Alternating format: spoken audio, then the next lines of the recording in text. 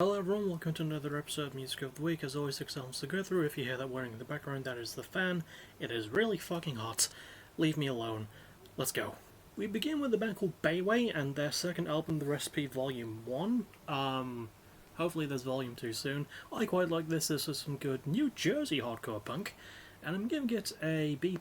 I like the themes mostly. There's really good stuff about where the band grew up, specifically the lead singer Jay-Way, who produced the album. The production might be my least favorite thing about it. I think it's a bit too bogged down and a bit too gritty. Also, I think my one of my knuckles went a bit poppy there, and that's fine. Yeah, really good themes.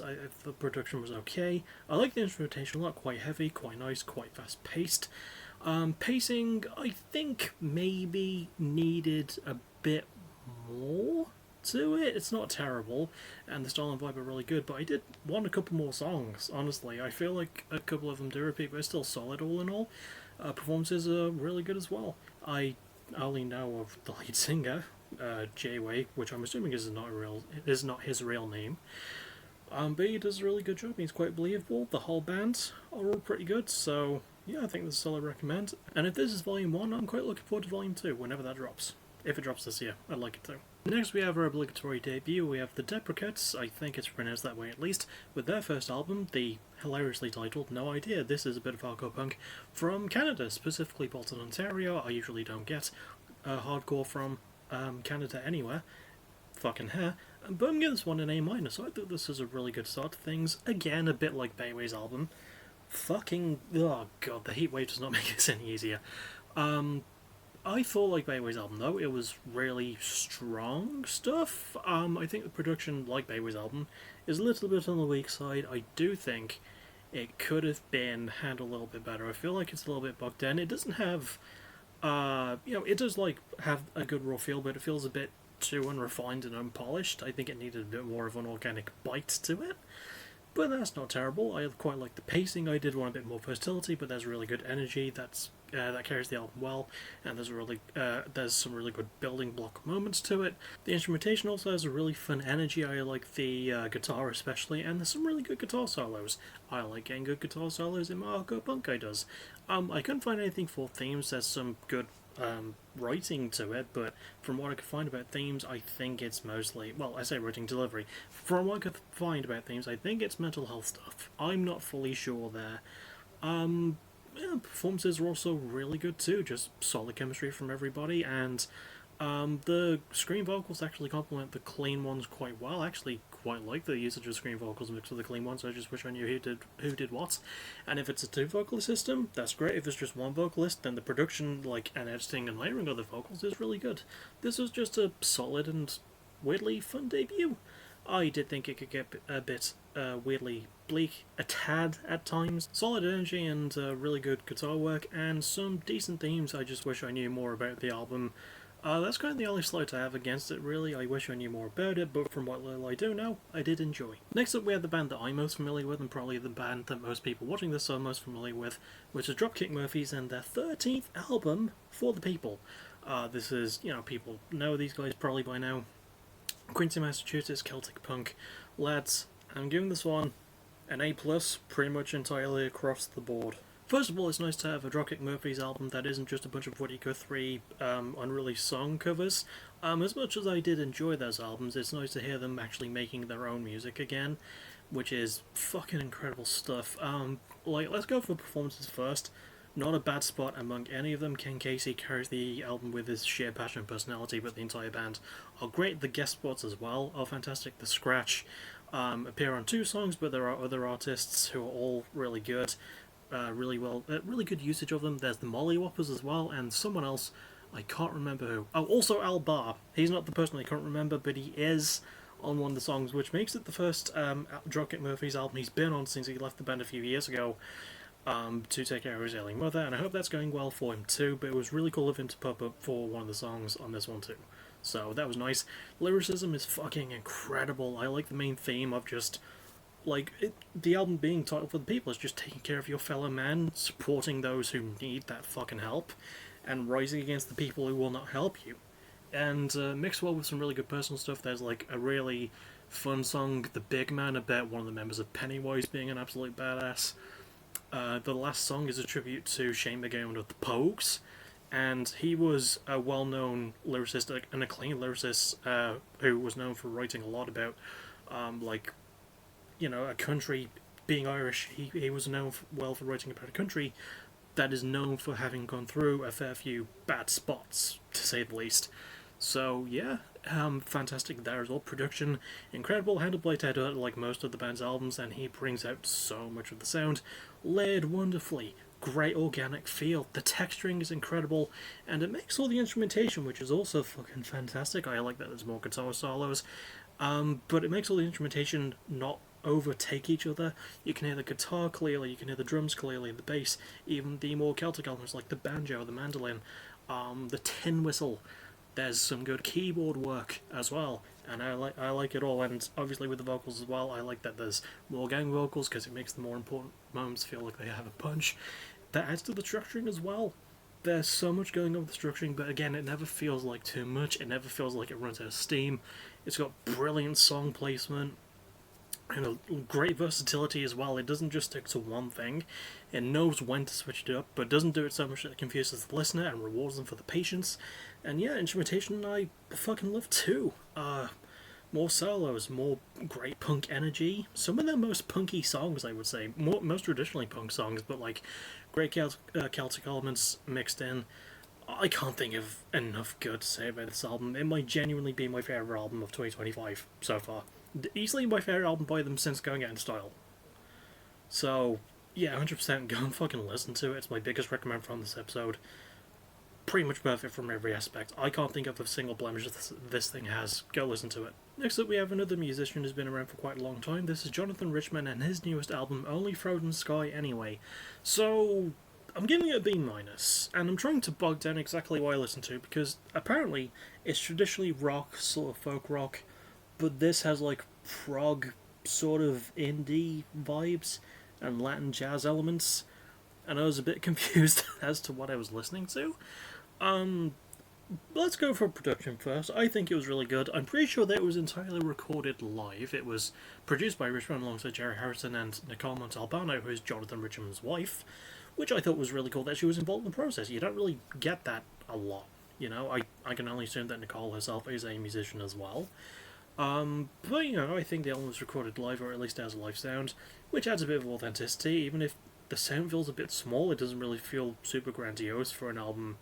I was going to say an album this long, it's only 39 minutes 36 seconds, but it feels a bit longer to me. I don't know. Instrumentation's quite good. There's sort of rock mixed with world music and the Latin elements. It weirdly works. I will say the guitar is probably the standout. There's a lot of acoustic guitar, which I quite enjoy. I wish I got more of the out of the lyrics, though. I don't mind the themes of change and like Jonathan learning to accept his mortality is a big one because he's in his 70s now. But the writing is oddly sparse and feels it's a mixture of like being oddly sparse and a stream of consciousness babbling. A bit like my videos in a way. So, I guess we have that in common. But yeah, I felt like there wasn't really a lot to it, and there tried to be more than there should have been. Performances are, again, pretty good. It is pretty much only Jonathan. There's no guest spots at all. I think Nicole might provide backing vocals on a couple of songs. I couldn't find many facts about this album, but Jonathan's quite charming, and he sings English and Spanish quite well. And he sounds like he's really enjoying himself for a guy of his age. It just sounds like he's having a lot of fun. I quite like that, Pacing, also a bit weird. I feel like the songs all feel a lot like ideas that were just slapped together, and they weren't really constructed. I appreciate the efforts, but a lot of the songs just feel so, like, not even experimental. They just don't feel complete in places. It's not until like the second, well, rather the middle third of the album, because there's 12 songs, where it sort of feels a bit like there's actual music being played and not just is a bit of guitar and Jonathan rambling at a microphone. Like, it's that sort of thing. I wish there were more actual songs than there were ideas, but I can't say I fully hate it, because like it's one of those things that's just weird enough to be interesting to me. And maybe it was because it was my first album by him. I think this is overall his 18th as a solo artist, and I think like his 25th or something, like since being a musician as well, because he was in bands before he went solo. So yeah, I don't really know how to feel about this, but I can't say I fully hate it. I mean, it's a B minus. It's not a it's not completely horrible. I just wish I got more out of certain aspects of it. Next up, we have K Tempest with his new album, self-titled. I'm not saying it's K Tempest with his new album, K Tempest. The album is called self-titled. Usually I would take the piss out of that a bit more. K is a hip-hop artist from England, I think specifically from somewhere in London, judging by his accent. I'm giving this one an A+ as well.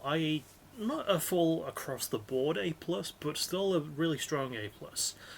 The reason that this album is titled what it is because this is K's first album since fully transitioning into a man.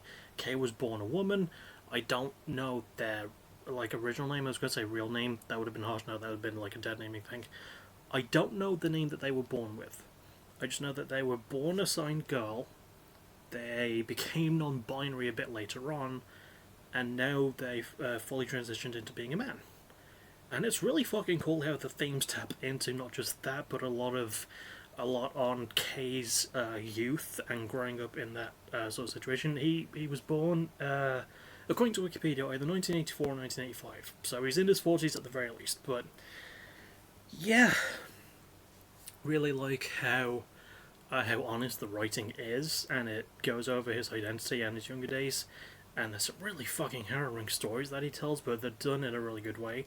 And I have to admit, the lyrics might be my favourite thing, not just because of like the flows and like K's diction, which are all really good. Like his delivery is like natural, and he's got a lot of personality, but like it's how the words feel. It's also really good in terms of its emotional impact, which I think really helps the pacing a lot. I like that he works in his spoken word stuff, as he is actually an author, and has written a couple of books, and has done plays and everything, like, kind of a renaissance man is K. And really good stuff there. The tracks have a really good through line. I like the overall vibe. It is a bit serious, but like in a way that doesn't feel like it's trying to be too dark or angry. It feels realistically so, and justifiably serious considering what K's gone through in his time, in his youth especially. Production really great too. It's just nice to have a rap album that wasn't made by 25 to 30 people, because it was produced by K alongside someone named Fraser T. Smith, who I just realised I read as Phrase T. Smith on on the Discord thing. I will fix that probably, I don't know, I don't think anyone cares. But it was nice to have an album that wasn't made by 20 odd fucking people, and it makes it feel bigger in scope weirdly when there's not as many people working on it. And yeah, instrumentation and beats are really good, like usual when it comes to rap and hip-hop in general. I'm massively uncultured as to what might have been sampled. I don't care. The beats sound really nice. I will admit, I do think the album ends on the wrong song. I think it should have ended on Breathe, which is the second to last song. And the actual closing song is still good, but Breathe was like probably the song the album should have ended on. That's just me. That's just me. It's still a really good album, though, and 100% recommend it, especially if you're someone struggling with their own sexual identity. I'm not. I was born how I am, and I'm quite comfortable with how I am, but, like, to hear someone sounding so cathartic about what they've had to go through, what he's had to go through, if you're someone who's felt the same, I can recommend give this one a spin at the very least. And finally, we go to Finland, for a bit of black metal. This is a band called Cerastus, and their new album, their third one I believe, titled Agony Eternal. I quite enjoyed this one. This has been a quite positive episode. I'm giving this one an A. I thought this was some fantastic black metal. The instrumentation is really nicely layered with great riffs. I like the focus on the guitar especially, but the drums and bass are great too. There's good vocals, but it is mostly the guitar that sells it. The solos are great, and the riffs are just big and chunky and hit you right in the bloody face, man. We've had a lot of really good black metal this year, to be honest. Lyrics, okay, it is the usual black metal stuff about occultism, but there's actually an attempt of, like, a concept or story being and there's good themes of, like, isolation and self-decay and lacking self-control, and I think if it turned into a full narrative, I would have liked the lyrics a bit more, but the lyrics are still really fucking good regardless. Production, really good, produced by the band's guitarist slash bassist Dusk. I couldn't find anything for real names, sadly. But Dusk does a really good producing things, and it does avoid the problem that I hate in black metal production that I've noticed a lot this year as well. Even on black metal albums I quite like sometimes, the vocals sound muted a lot. But on this album, you can actually fucking hear them. That's innovative in itself, if you ask me. Pacing, I think, might be the weakest aspect in my opinion. It's not terrible, and the overall structuring and construction is really good. But it doesn't feel like there's a ton of variation. It can feel a little bit by the numbers, but it's got a good song flow, and I like how straightforward it is. You know, a bit simple, but in a simple but effective kind of way. Performance is fantastic though. Band work, really great. Sorry, I just know, as the and work rate, bloody hell, my keyboard is taking a battering. But the band are all great. I think Dusk is the standout, playing guitar and bass, and so I'm imagining stand out on both. He's not the vocalist though. I don't remember who the vocalist is because all the band members have weird names. In fact, Dusk is the most normal name here. But everyone's really good. There's only 3 members, but it's always nice to have a band and not many people feel like they're bigger than they are, you know. But really great stuff from these guys. Solid closing song, and for my first album by these guys, I might check out more. This is their first album in 6 years too, so I think this is the overall longest gap in albums out of any of the ones I've covered today, and not counting the debut, obviously, but that one technically doesn't count because it's a debut. But all in all, still quite liked it. Next I have my favourite album cover and favourite song. I would have to go for favourite song first and say that it goes to it's between Breathe from K Tempest's album and One Last Goodbye from Dropkick Murphys' album. I think I'm going to have to lean more in favour of One Last Goodbye, but Breathe is a very close second. You know what, fuck it, they get a tie. They're both great songs. I think Dropkick Murphys one might edge it because One Last Goodbye is actually the closing song, and Breathe should have been the closing song for Case. I'm being picky, but that's just how I feel about it. And Cerastus gets my favourite album cover. So spoiled that one, but yeah, Agony Eternal is my favourite album cover of the past weekend. It just looks amazing. The logo doesn't overtake, and I like that it looks like there's some sort of Shakespearean demon fight in the foreground, while there's a creepy gargoyle in the background. I don't know how to explain it, but it looks really bloody good. As for my albums for next week, that I'll be reviewing next week but listening to this weekend, we have Born of Osiris with Through Shadows, Brunhilde with In Love Yours Hate, Clips with Like God Sort 'Em Out, Jessica Winter with My First Album, I'm assuming that's the debut, Open Mike Eagle with Neighborhood Gods Unlimited, assuming that's when that comes out, I've seen conflicting evidence on the release date, and Wet Leg with Moisturizer. So, yeah.